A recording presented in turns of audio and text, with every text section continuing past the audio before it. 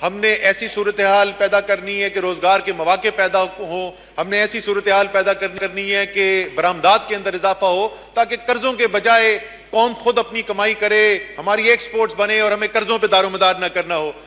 जो हमारे जहन में था वो हम आपके सामने, सामान के सामने रख रहे हैं, लेकिन हमारी सिर्फ उम्मीद भी है और तवक्को भी है कि बड़े तजुर्बाकार लोग यहां पर मौजूद हैं। माजी के वजीर खजाना मुझे नवीद कमर साहब नजर आ रहे हैं, एहसन इकबाल साहब प्लानिंग मिनिस्टर रह चुके हैं, और बहुत सारे यहां पर लोग हैं जो मईशत को समझते हैं। तमाम मेंबरान जो हैं वो अपने हल्के से वोट लेके आए हैं, उनको पता है कि अवाम की क्या इस वक्त मुश्किलात हैं। तो जो भी तजावीज आप यहां पर पेश करेंगे हम उनको सुनेंगे भी, उनको कोशिश भी करेंगे। जो भी चीज, जो हदफ मैंने आपको पहले से बयान कर दिया कि हम क्या चाहते हैं, उसके अंदर मदद होगी। मैं शुरू करता हूं जिस तजिए से, जैसे मैंने कहा कि जहां पर आज हम खड़े हुए हैं। पिछले साल स्पीकर साहब जिस वक्त बजट बनाया गया तो बजट में खसारा का जो तखमीना था, जो फिस्कल डेफिसिट था, वो 4.1% था। 2017-18 जब खत्म हुआ तो ये 4.1% से बढ़ के हकीकत में 6.6% पर पहुंच गया। ये 6.6% का अगर मैं मुकाबला करूं, जब मुस्लिम लीग नून की हुकूमत आई तो वो जून का महीना था, साल खत्म हो रहा था, 2012-13 तकरीबन खत्म हो चुका था, पीपल्स पार्टी की हुकूमत खत्म हो रही थी। तो वो जो आखिरी साल था उसमें बजट का जो खसारा था वो 8.2% हुकूमत ने पेश किया, और मतलब मुस्लिम लीग नून की हुकूमत ने कहा, जिसमें से 1.6% जो है वो गर्दिशी कर्जों की अदायगी थी। अगर मैं गर्दिशी कर्जों की अदायगी निकाल दूं तो 6.6% का वो खसारा था, और जो पिछला साल खत्म हुआ वो 6.6% पर खत्म हुआ। यानी जो खतरनाक सूरत हाल उस वक्त थी, हम आज 5 साल के बाद भी उतने ही मुश्किल हालात में खड़े हुए हैं। वो सबको पता है कि मुस्लिम लीग नून की हुकूमत ने उन मुश्किल हालात से पर काबू पाने के लिए आने के बाद जो फौरी फैसले किए थे और किन के साथ मुआहदे किए, वो जाहिर है वो सब एक तारीख का हिस्सा है। मैं इसके अलावा आपको यह बताना चाहता हूं कि यह 6.6 अरब रुपए, 6.6% जो कि 2,293 अरब रुपए बनते हैं, यह तमाम खसारा नहीं है। इसके अलावा बजट की बुक से बाहर जो खसारा हो रहा है, सिर्फ पावर सेक्टर के अंदर, बिजली के सेक्टर के अंदर पिछले साल 450 अरब रुपए का खसारा हुआ, जो बजट में जो उनको सब्सिडी दी गई उससे ऊपर, यानी वो 2,293 अरब में नहीं शामिल हैं। 450 अरब रुपए एक साल के अंदर वो खसारा वहां पे आया, और इसी तरीके से गैस के अंदर 100 अरब से ज्यादा का खसारा आया। ये अगर मैं सिर्फ ये दो चीजें भी जोड़ दूं इसमें तो 8.2% पे पहुंच जाते हैं। कोई भी शख्स जो ये देख रहा है, कोई भी मईशत का एक्सपर्ट, कोई भी तजुर्बाकार पार्लियामेंटेरियन जो है, वो ये समझता है कि ये हम इस तरीके से आगे नहीं बढ़ सकते हैं। लेकिन इससे ज्यादा खतरनाक सूरत हाल ये है, जैसे मैंने आपको पहले अर्ज किया, कि हमारा भी, फाइनेंस मिनिस्ट्री का भी, और मईशत के जो एक्सपर्ट्स हैं उनमें से कोई गवर्नर स्टेट बैंक रह चुका है, कोई फाइनेंस मिनिस्टर रह चुका है, उन्होंने जो तखमीना लगाया है वो भी यही है कि जिस तरीके से हम चल रहे हैं, अगर आगे हम चलते रहेंगे तो ये इस साल जो 2018-19 साल जो अभी जारी साल है, इसमें खसारा 7.2% या 2,900 अरब तक पहुंच सकता है, जो जाहिर है किसी सूरत भी हम मुतहम्मिल नहीं हो सकते। ये तो है अंदरूनी सूरत हाल। बैरूनी सूरत हाल जो है वो बदकिस्मती से इससे भी ज्यादा खराब है। और ये जो सूरत हाल पे हम आज यहां पर पहुंचे हैं, वो जाहिर है लोगों ने जो फैसले किए थे वो मुल्क की बेहतरी का सोच के किए होंगे। कोई ना कोई उसके अंदर हिकमत अमली होगी उनके जहन में कि वो क्या आगे देख रहे थे, तवक्को रखते थे। लेकिन आज जहां पे आप खड़े हुए हैं वो हकीकत सिर्फ मैं आपसे बता दूं कि वो करंट अकाउंट डेफिसिट यानी जारी खसारा, जो बाकी बरामदात, दरामदात, फॉरेन रेमिटेंसेस, तरसीलात, फॉरेन डायरेक्ट इन्वेस्टमेंट, सब चीजों का मजमुआ जो होता है, जो 2012-13 में जिस वक्त राजा परवेज अशरफ साहब वजीर आजम थे, तो वो साल जब खत्म हुआ तो $2.5 अरब का खसारा था करंट अकाउंट डेफिसिट का। ये पिछला साल जो खत्म हुआ है उसमें 18.1 अरब डॉलर का खसारा था, यानी 7.5 गुना ज्यादा खसारा बढ़ गया है। नतीजा क्या निकल रहा है? नतीजा यह निकल रहा है कि वो बैरूनी कर्जे जो 60 अरब डॉलर थे 2012-13 में जब पीपल्स पार्टी की हुकूमत खत्म हुई, मुस्लिम लीग नून की हुकूमत शुरू हुई, वो 95 अरब डॉलर पे पहुंच गए, यानी 34 अरब डॉलर से ज्यादा इजाफा हुआ उन कर्जों के अंदर। और ये कर्जे लेने के बावजूद आज सूरत हाल ये है कि हमारे ज़र मुबादला के ज़खायर तेजी से गिर रहे हैं, खतरनाक हद तक कम हो चुके हैं और इस वक्त हमारे पास 2 माह के इंपोर्ट्स के बराबर भी ज़खायर बाकी नहीं बचे। यानी जो मैंने कुछ मुझे याद है कुछ अर्सा पहले मैंने ट्वीट भी किया था, खतरे की घंटियां तो कुछ अर्सा पहले बजनी शुरू हो गई थी। अब तो आप समझ लें कि आप बिल्कुल आप दहलीज पे खड़े हुए हैं, जहां अगर आपने बड़े फैसले ना किए तो खुदा न खास्ता सूरत हाल इस तरफ जा सकती है कि जिसका सिर्फ एक स्पीकर साहब हमने नमूना देखा है अभी।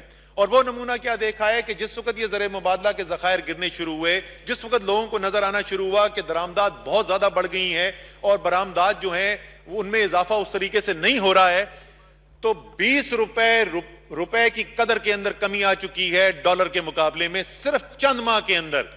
और यह उस वक्त हुआ है जब ज़र मुबादला के ज़खायर हमारे 3 महीने के कवर से गिर के तकरीबन 6 या 7 हफ्ते पे आए हैं।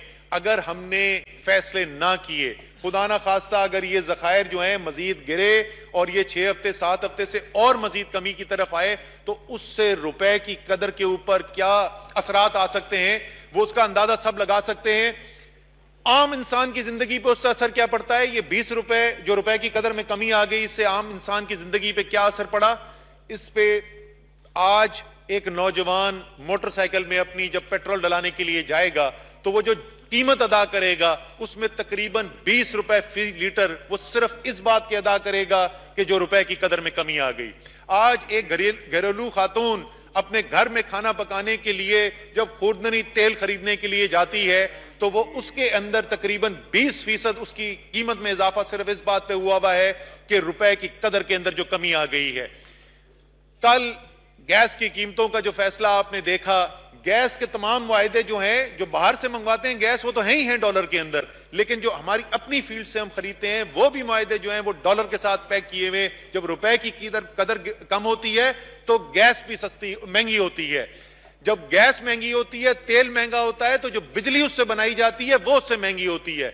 यानी बिजली, गैस, पेट्रोल, डीजल, खाने का तेल, तमाम चीजें जो एक आम इंसान की जिंदगी पे असर डालती हैं वो बराए रास्त असरअंदाज होती हैं। इसीलिए ये फैसले करने की जरूरत है, फौरी तौर पर करने की जरूरत है, इससे पहले कि जो मैंने जैसे पहले कहा कि जो खतरे की घंटियां बज रही हैं वो उस सतह पे पहुंच जाएं कि जहां पर हम इसके मुताबिल ना हो सके। मैंने आपको पहले जिक्र किया कि गर्दिशी कर्जों के अंदर और गैस के अंदर 550 अरब रुपए का जो पिछले साल इजाफा हुआ, ये जो मैं आपको खसारे की बात कर रहा हूं और इस वक्त जो पब्लिक डेट जो हमारा है जो इस वक्त 28,000 अरब रुपए से तजावज कर चुका है। 16,000 अरब होता था आज से 5 साल पहले, 16,000 अरब से बढ़ के वो 28,300 अरब रुपए से पब्लिक डेट तजावज कर गया है। इसके अंदर 2,000 अरब रुपए नहीं शामिल हैं। और ये कौन से 2,000 अरब रुपए हैं?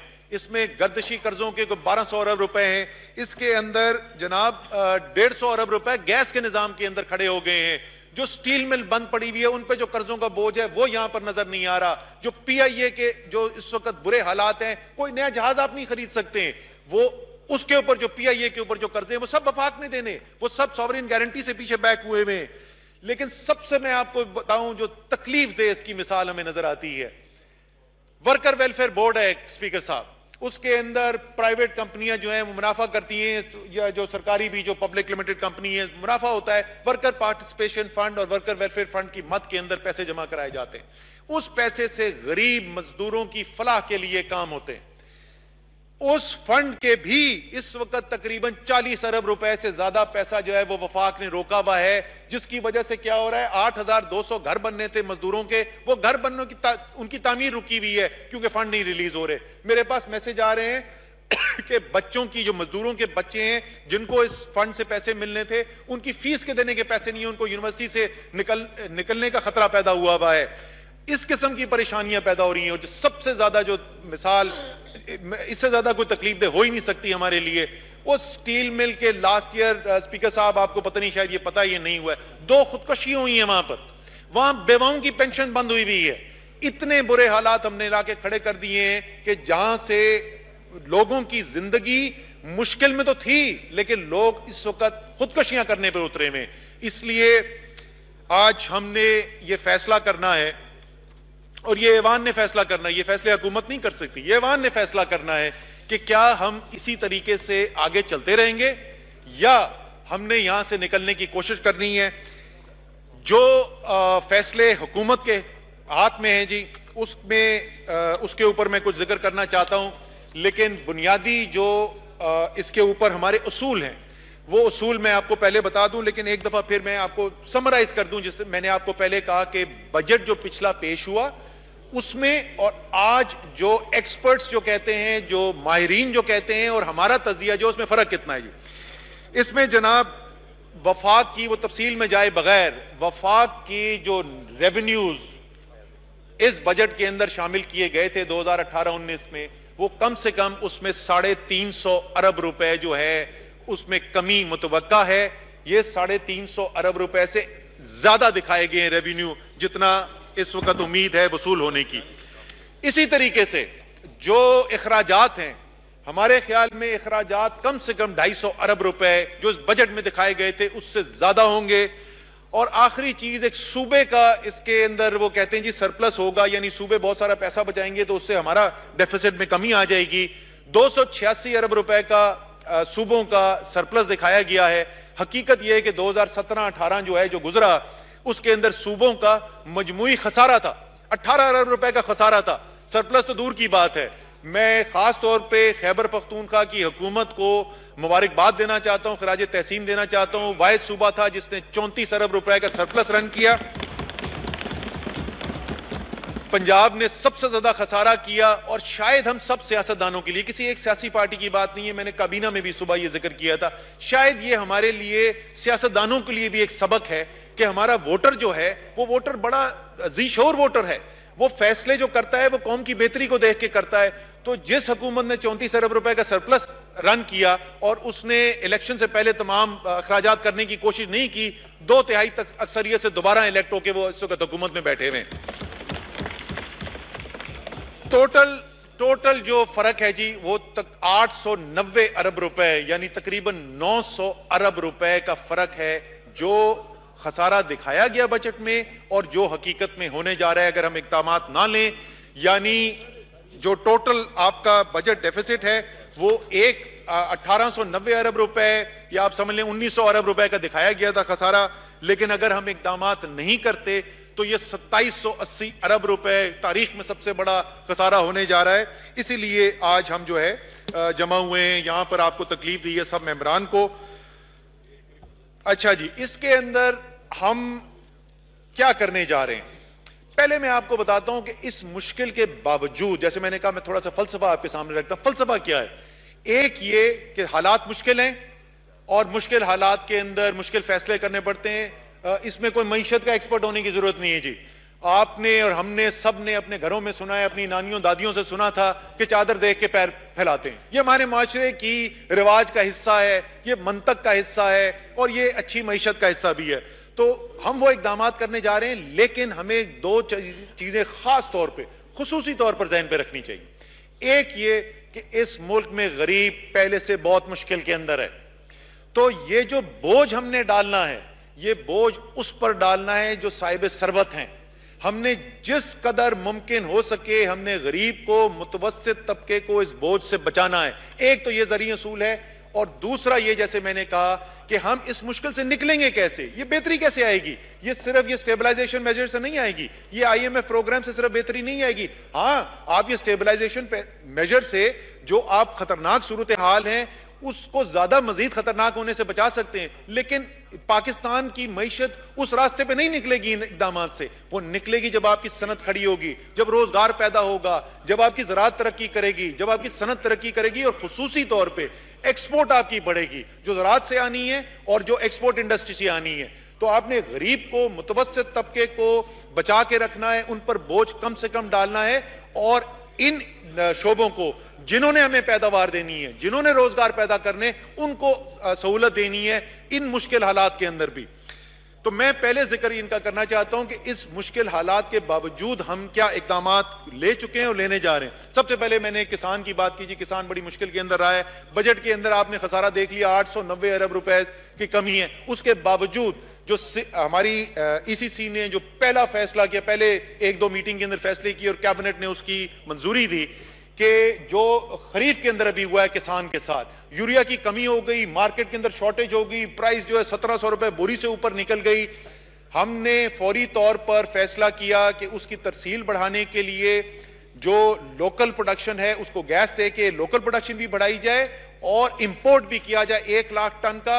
और ना होते हुए भी बजट हमने मंजूरी दी है कि हम सब्सिडी देंगे ताकि जो महंगी खाद जो आएगी उसका बोझ जो है वो किसान पे ना पड़े। और तकरीबन 6 से 7 अरब रुपए की सब्सिडी रबी के लिए खरीफ की हम पहले अप्रूव कर चुके हैं, यूरिया के लिए हम ऑलरेडी अप्रूव कर चुके हैं। दूसरी चीज जी, खैबर पख्तूनख्वा के अंदर एक गरीब लोगों की, मुतवस्सित तबके की मदद के लिए एक स्कीम लॉन्च की गई थी सेहत इंसाफ कार्ड के नाम से।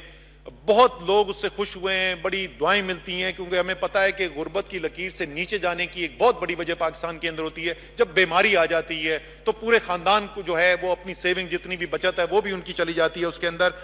तो हमने ये, वजीर आजम ने फैसला किया है कि जी ये खैबर पख्तूनख्वा में जो स्कीम थी सेहत का इंसाफ कार्ड, उसको वफाकी टेरिटरी, इस्लामाबाद कैपिटल टेरिटरी और फाटा उसके अंदर फौरी तौर के ऊपर शुरू किया जाएगा। 5,40,000 रुपए फी खानदान जो डॉक्टर की फीस है, जो दवाइयां हैं, जो मेडिकल टेस्ट है, उसकी रिइंबर्समेंट इसके तहत होती है। और इसी के साथ साथ वजीर आजम जो है वो पंजाब की हुकूमत को भी उन्होंने हिदायत दे रहे हैं कि पंजाब का जो बजट आने वाला है, क्योंकि वहां पे खैबर पख्तूनख्वा वहां पे भी तहरीक इंसाफ की हुकूमत है, तो वहां पर भी इसका ऐलान किया जाए। खैबर पख्तूनख्वा में पहले है, फाटा भी हो जाएगा जी कवर, इस्लामाबाद भी हो जाएगा और पंजाब भी हो जाएगा इंशाअल्लाह ताला। उम्मीद है कि ऐसी या इससे भी शायद कोई बेहतर स्कीम जो है वो जो सिंध और बलोचिस्तान की हुकूमत वो भी लेके आएगी ताकि लोगों की मुश्किल आसान की जाए। मैंने आपसे जिक्र किया था वो 8,276 घर जिनकी तामीर मजदूरों के लिए घर हैं। वजीर आजम ने फैसला किया है कि फौरी तौर पे 4.5 अरब रुपए जो है उसके लिए रिलीज किए जाएं ताकि फौरी तौर पे उनकी तामीर दोबारा शुरू की जाए और जल्द से जल्द ये घर मुकम्मल किए जा सकें। और जैसे ही ये घर मुकम्मल हो जाएंगे उसके बाद 10,000 मजीद घर मजदूरों के लिए जो है उसकी स्कीम, उसके ऊपर भी काम शुरू किया जाएगा, उसकी भी मंजूरी दे दी गई है। हमारी जी एक और लोग जो बड़ी मुश्किल में, खासतौर पे ऐसे सूरत हाल जब पैदा होती है जब महंगाई बढ़ रही हो, तो हमारे पेंशनर्स हैं।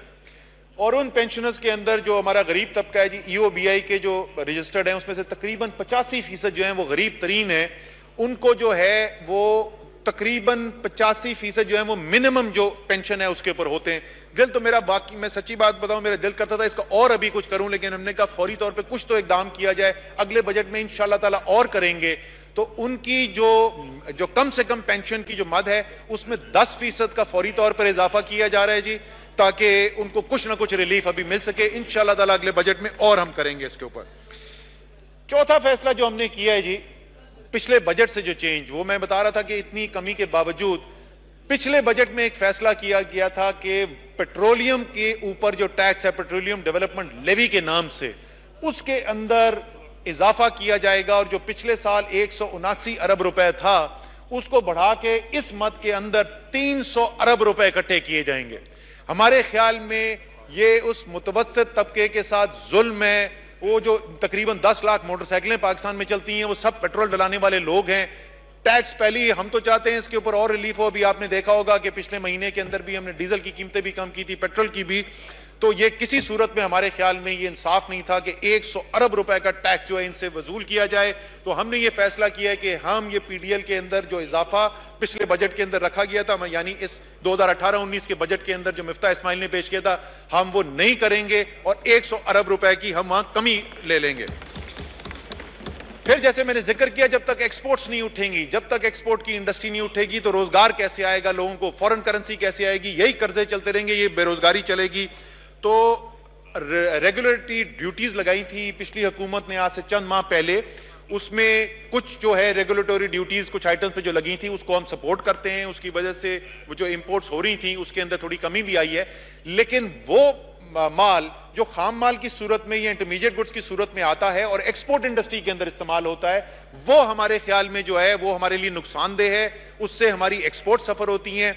तो ये टोटल 82 टैरिफ लाइन्स हैं जी, जिसके ऊपर एक्सपोर्ट रिलेटेड इंडस्ट्री की रॉ मटेरियल और इंटरमीडिएट गुड्स पे हम आरडी खत्म कर रहे हैं जो लगाई गई थी, और 5 अरब रुपए की रिलीफ हम एक्सपोर्ट इंडस्ट्री को इस तरीके से दे रहे हैं।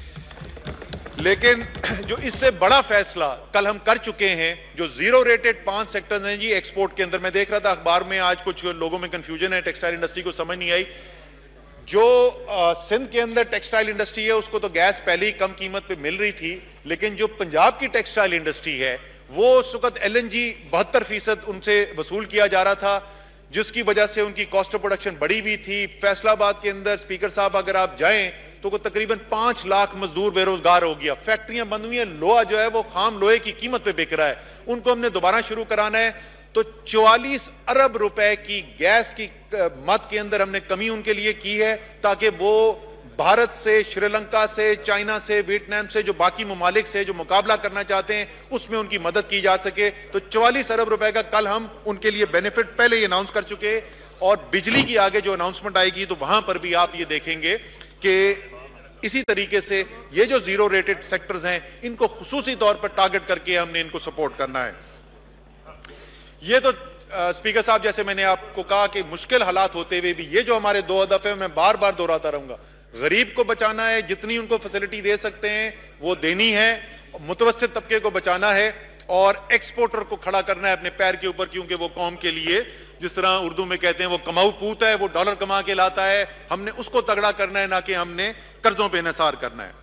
अब आपको मैं बताता हूं कि हम 5 वो क्या इकदाम करने जा रहे हैं, 5 ग्रुप्स हैं उनका मैं बताता हूं कि जिससे हम 183 अरब रुपए के रेवेन्यू मेजर जो हम करने जा रहे हैं, इस 183 अरब रुपए में से आधा पैसा यानी 92 अरब रुपए किसी टैक्स के इजाफे से नहीं है।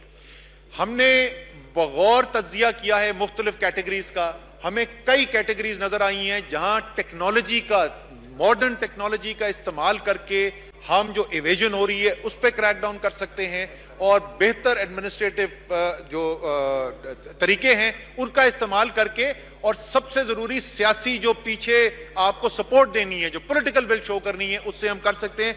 तो 92 अरब रुपए एफपीआर ने ये चैलेंज कबूल किया है। मैं नए एफपीआर के चेयरमैन को कॉम्प्लीमेंट भी करना चाहता हूं कि उन्होंने ये चैलेंज एक्सेप्ट किया है कि ये 92 अरब रुपए, और याद रखिए कि ये अब हम करने जा रहे हैं तो हमारे पास 9 महीने हैं, इसको अगर मैं साल के ऊपर एक्सट्रापोलेट करूंगा तो ये कोई 120 अरब रुपए का टारगेट बनता है। वो लोग जिनको टैक्स देना चाहिए था, जो टैक्स लगा हुआ और नहीं दे रहे। दूसरी चीज जी, वो लोग जो कि फाइलर्स नहीं है, ये इवेड नहीं कर रहे लेकिन वो फाइलर्स नहीं है।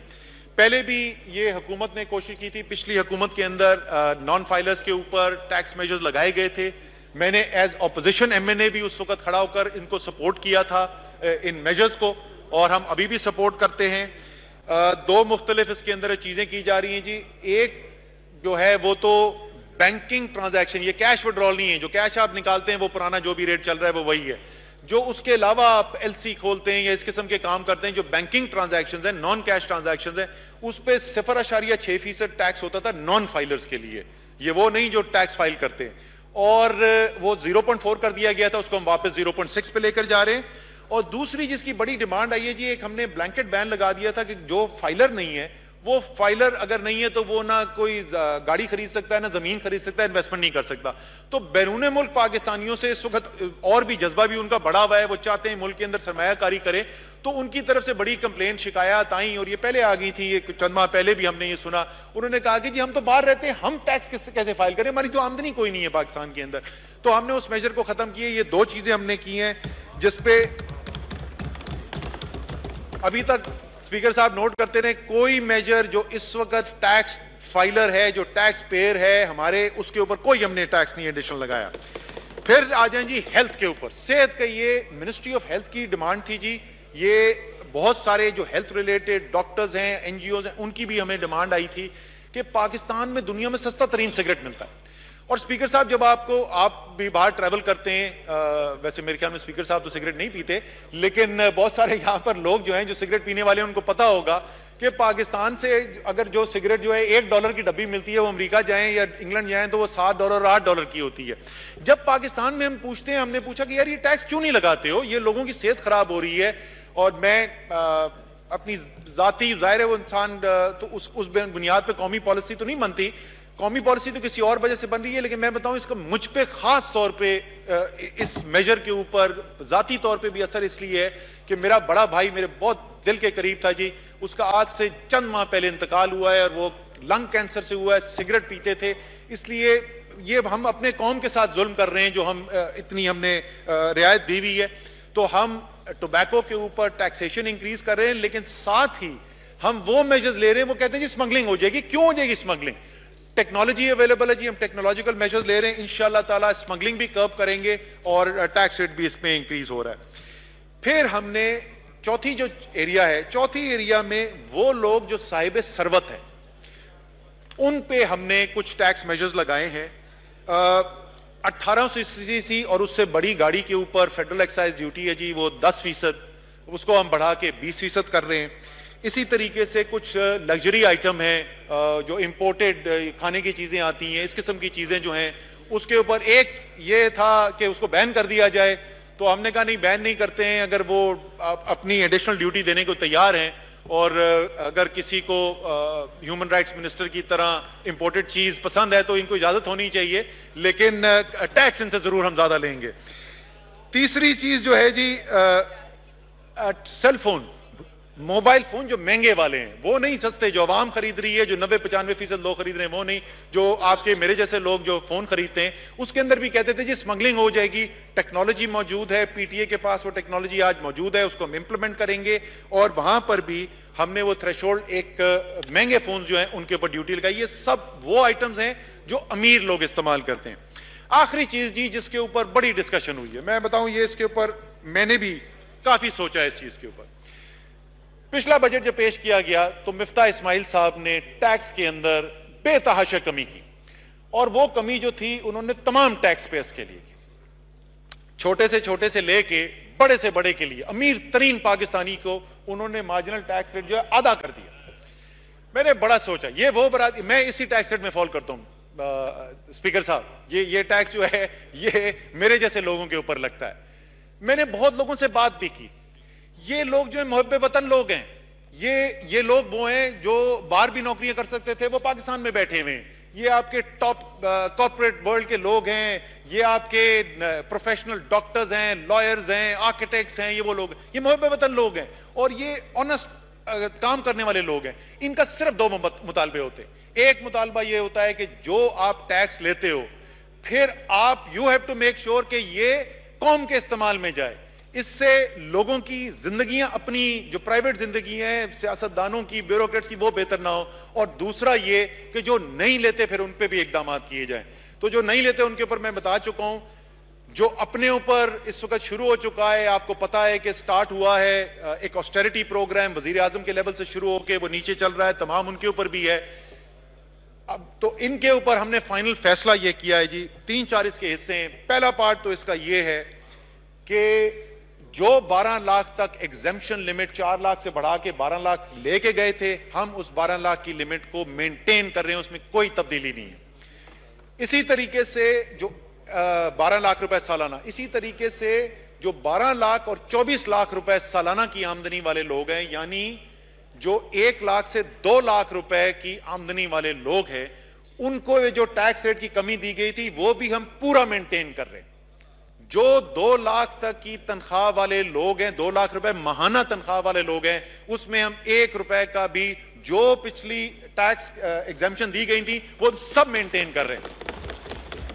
बाकी बच जाते हैं स्पीकर साहब कुल 70,000 लोग, 21 करोड़ के मुल्क में 70,000 लोग, और ये मुझे यकीन है ये मुहब्बे वतन लोग हैं, इनमें से ज्यादातर लोग जो है इसको सपोर्ट करेंगे। मेजर के जो मुख्तलिफ हालात हैं, हम इनके जो टैक्स रेट मई में अनाउंस किए गए थे उससे इजाफा कर रहे हैं, लेकिन इन तमाम लोगों के इनके भी टैक्स रेट उससे कम होंगे जो मई से पहले थे। यानी जो पिछले साल ये टैक्स दे रहे थे, अब जो हम तजवीज कर रहे हैं ये अब भी उससे कम है।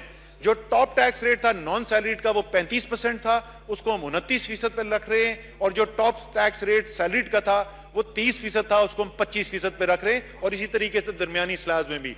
तो कोई भी पाकिस्तानी एक भी ऐसा नहीं है जिसका टैक्स रेट इस साल पिछले साल जो इनकम टैक्स रेट था उससे कम ना हो। हर पाकिस्तानी का टैक्स रेट पिछले साल से कम होगा।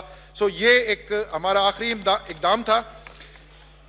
सेकंड लास्ट आखिरी बता दें स्पीकर साहब, आप पता नहीं इस जुमरे में आएंगे कि नहीं आएंगे। जब हम ये साहिब सरवत पाकिस्तानियों से ये बात कर रहे हैं कि आपने इस मुश्किल वक्त के अंदर साथ देना है और आपने हिस्सा डालना है अपना, तो उनका जायज ये सवाल होगा कि साहिब सरवत तो आप भी हैं, साहिब सरवत तो वुज़रा भी हैं, वजीर आजम भी हैं, गवर्नर्स भी हैं।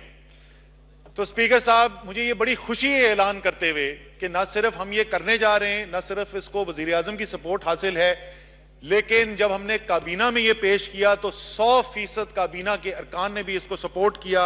इस वक्त कुछ चीजें हैं, अकोमोडेशन है, कन्वेंस है, सैंक्चुरी अलाउंसेस हैं, जो वजीर आजम, वुज़रा और गवर्नर्स को उस पर टैक्स से मुस्तस्ना है, जबकि आम पाकिस्तानी उस पर टैक्स देता है। हम ये इस्तिस्ना खत्म कर रहे हैं और इन पर सब पर टैक्स दिया जाएगा। जैसे मैंने ये कहा स्पीकर साहब, ये पता नहीं आप इस उम्र में आते हैं कि नहीं। अच्छा, आखिरी इसमें जो चीज जिसका मैं आपको जिक्र करना चाहता हूं वो है तरक्याती प्रोग्राम। जैसे मैंने जिक्र किया कि हमारी पूरी कोशिश ये रही है कि हम जो गरीब और मुतवस्सित तबका है उस पर ना बोझ डालें, बल्कि आपने देखा होगा कि हमने रिलीफ दी है, बजाय के बोझ डालने के हमने इन तबकात को रिलीफ दी है। इसी तरीके से हमने एक्सपोर्ट सेक्टर को रिलीफ दी है, उनको मजीद मराद दी है। इसी तरीके से हालांकि हम मुश्किल हालात में स्पीकर साहब, लेकिन जो तरक्याती बजट होता है वो बुनियाद बनता है मुस्तकबिल की। हमारे फॉर्मर ऑनरेबल प्लानिंग मिनिस्टर यहां पे मौजूद हैं, इन्होंने जो काम आगे चलाया है, खास तौर पे सीपेक के जो प्रोग्राम है, तो पहला तो हमारा यह फैसला था कि सीपेक के किसी प्रोग्राम में 1 रुपए की भी हम कमी नहीं आने देंगे। 100% सीपेक के प्रोग्राम कंट्रोल करेंगे, हम प्रोटेक्ट करेंगे। इसी तरीके से जो बड़े डैम्स हैं, ख्वाजा आसिफ साहब जिक्र कर रहे थे बजटरी एलोकेशंस का, 23 अरब रुपए की एलोकेशन, बिल्कुल ठीक नंबर उन्होंने मेंशन किया था। हम 1 रुपए की भी उसमें कमी नहीं आने देंगे। इंशाअल्लाह ताला वजीर आजम की जो अपील है, जो चीफ जस्टिस की अपील है, इंशाअल्लाह ताला उम्मीद से लोगों की बढ़कर उसके अंदर कामयाबी होगी और हम इंशाअल्लाह उससे भी ज्यादा पैसा खर्च करेंगे। और जैसे उन्होंने कहा कि कोशिश करेंगे कि ये डैम जो हैं, जो आज 8 से 9 साल में बनने की तवक्को है, उसको 5 से 6 साल में खत्म। दया मीर बादशाह और मोहम्मद, इसमें कोई बात नहीं है जी, 2 स्पेसिफिक डैम है। अपील के अंदर लिखा हुआ है, फंड का जो अकाउंट्स खड़े उनके अंदर डैम्स के नाम लिखे हुए हैं। तालपुर साहब, हम आपके साथ। अच्छा जी, टोटल जो फंडिंग है जी, पिछले साल डेवलपमेंट फंड एक्सपेंडिचर जो हुआ, जो साल खत्म हुआ 2017-18, उसमें 661 अरब रुपए का तरक्याती मंसूबों पर खर्चा किया गया था। हम इस साल जो है वो 661 अरब को बढ़ा के 10% से ज्यादा इजाफा करके 725 अरब रुपए हम खर्च करेंगे।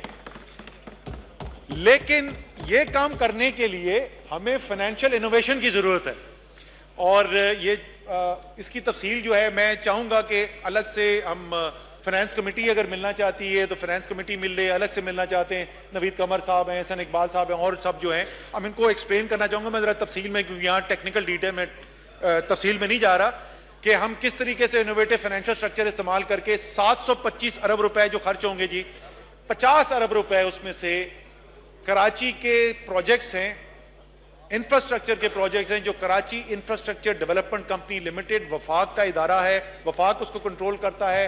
सूबा सिंध जो है उसके लोग उसके बोर्ड के ऊपर भी हैं, कराची का कमिश्नर उसका चीफ एग्जीक्यूटिव ऑफिसर भी है, ड्यूल चार्ज है उसके ऊपर। तो आप समझ लें खर्चा हमारा ज्यादा है, लेकिन है ये जॉइंट वेंचर सिंध और वफाक का। तो 50 अरब रुपए जो है, सर K4 की ना बात करना, उस पर बड़ी दुख भरी दास्तान है, उस पर भी बात करेंगे। हमारी बड़ी अच्छी मीटिंग हुई जी सिंध के चीफ मिनिस्टर के साथ और वो फुल्ली ऑन बोर्ड है इस प्रोग्राम के अंदर और उन्होंने मुझे कहा कि जी आप जो भी वफाक कराची में करना चाहती हैं हम सपोर्ट करेंगे, फैसिलिटेट करेंगे। तो 50 अरब रुपए के मंसूबे उसके जरिए किए जाएंगे, पब्लिक प्राइवेट पार्टनरशिप से होंगे, बजट के ऊपर उसका डायरेक्ट इंपैक्ट नहीं आएगा, लेकिन 50 अरब रुपए के तरक्याती काम। इसी तरीके से हमने बड़ी तफसील से आइडेंटिफाई किए नेशनल हाईवे अथॉरिटी की जो बड़ी मोटरवेज और हाईवेज बन रही हैं, उसकी फाइनेंसिंग के लिए ऑफ बैलेंस शीट स्ट्रक्चर इस्तेमाल करके 100 अरब रुपए वहां से करेंगे, 575 अरब रुपए जो है वो पीएसडीपी फिस्कल बजट में से फाइनेंस होगा, 150 अरब रुपए जो है ये ऑफ बैलेंस शीट होंगे, 725 अरब रुपए। आखिर में मैं आपसे स्पीकर साहब सिर्फ ये जिक्र करना चाहता हूं कि इसमें कोई शक नहीं कि हालात मुश्किल, और मैंने जिक्र किया पिछले 5 साल का, लेकिन मैं ये भी तासुर नहीं देना चाहता कि ये कोई पिछले 5 साल में मसाइल खड़े कर दिए गए। ये मसाइल पिछले 10 साल के भी नहीं है। हमारी अपनी राय है, पीपल्स पार्टी की अपनी एक राय थी, मुस्लिम लीग नून की अपनी एक राय थी, उन्होंने एक माशी पॉलिसी चलाने की कोशिश की। हमारे ख्याल में मुख्तलिफ फैसले होते तो शायद हम इस वक्त इतनी मुश्किलात के अंदर ना होते, लेकिन इसमें कोई शक नहीं है कि 10 साल पहले भी अगर हम चले जाएं तो मुश्किल हालात में थे। पिछले 30 साल में स्पीकर साहब दुनिया हमसे आगे जाती रही है। एक एक मुल्क, मैं ये कहता हूं कि सिर्फ बदलता ये पिछले 30 साल के अंदर कि कौन सा मुल्क पाकिस्तान से आगे चला गया। मुश्किल से दुनिया में कोई 10 मुल्क बने, कोई की इंडिकेटर उठा के देख लें, चाहे वो सोशल इंडिकेटर हो, हेल्थ का हो, एजुकेशन का हो, या वो इकोनॉमिक इंडिकेटर हो, दुनिया हमसे आगे निकल गई है। तमाम लोग जो यहां पे बैठे हुए, वो मेरा मानना है कि मेरी तरह ये सारे मुहब्बे वतन लोग हैं, लेकिन जो भी हम मिन हैसुल कैंप कौम फैसले करते रहे, हमें कामयाबी नहीं हासिल हुई है। हमने आगे मुख्तलिफ तरीके से काम करना है। जो हमने किया, जिसमें कामयाबी हासिल हुई, जिसमें काम ठीक हुआ, जिस तरीके से अब मैंने भी आपको मिसाल दी, सीपेक का मंसूबा है, पूरी तरीके से प्रोटेक्ट करेंगे, सपोर्ट करेंगे जो पहले काम हो रहा था। इसी तरीके से हमने जिक्र किया कि डैम्स का मंसूबा पहले शुरू हुआ, हम पूरी तरीके से सपोर्ट करेंगे। तो जो अच्छा हुआ है उसको रखना भी है, लेकिन यह भी हमें मानना पड़ेगा कि बहुत सारा ठीक नहीं भी हो रहा। हमें इस मुश्किल से निकलने के लिए तब्दीली की भी जरूरत है। लेकिन मैं आपको अपने दिल की आवाज बताऊं स्पीकर साहब, ये मेरा यकीन भी है, ये मेरा तज्जिया भी है जी, मेरा ये तज्जिया भी है, मेरा यकीन भी है। और मैं ये बार बार, मैं ये इलेक्शन के हमारे जलसे होते थे ना स्पीकर साहब, मैं वहां पे बात करता था, मैं दोहराना चाहता हूं इस फ्लोर के ऊपर, इस ऐवान के अंदर, ये मुल्क बड़ी मुसलमानों ने मेहनत की, कुर्बानियां दी, लाखों लोग शहीद हुए, कायद आजम की लीडरशिप थी, अल्लामा इकबाल का ख्वाब था, चारों सूबे के जो लोग हैं ये सब उसके अंदर शामिल थे, ये सब हकीकत है। लेकिन ये मुल्क सिर्फ हमारी कोशिशों से या हमारे आबाओ अजदाद की कोशिशों से नहीं बना। ये मुल्क अल्लाह ताला की देन है। हिजरी साल के अंदर 350 से ज्यादा दिन होते हैं। यह मुल्क किसी भी दिन बन सकता था, कोई वजह ये 27 रमजान उल मुबारक को वजूद में आया। यह अल्लाह ताला की देन है। इस मुल्क ने तरक्की करनी है, इंशाअल्लाह ताला हम सब मिलकर करेंगे। उसके अंदर बिलावल भुट्टो भी शराकतदार होंगे, शहबाज शरीफ भी शराकतदार होंगे। लीडरशिप इस वक्त इमरान खान की है। इमरान खान को सेहरा उसका जरूर जाएगा, लेकिन यह पूरी कौम का एफर्ट होगा। यह मुल्क के अंदर इतनी जान है, इतना पोटेंशियल है कि मैं आखिर में खत्म वही बात करूंगा जो मैं बार बार दोहराता हूं। इंशाअल्लाह ताला ये मुल्क एक ऐसा मुल्क बनने जा रहा है जिस पर ना सिर्फ हम सब फख्र करेंगे, अपने मुल्क पर तो सबको फख्र होता है, इंशाअल्लाह ताला ना सिर्फ हम सब फख्र करेंगे, दुनिया इस मुल्क के ऊपर रश करेगी। पाकिस्तान जिंदाबाद।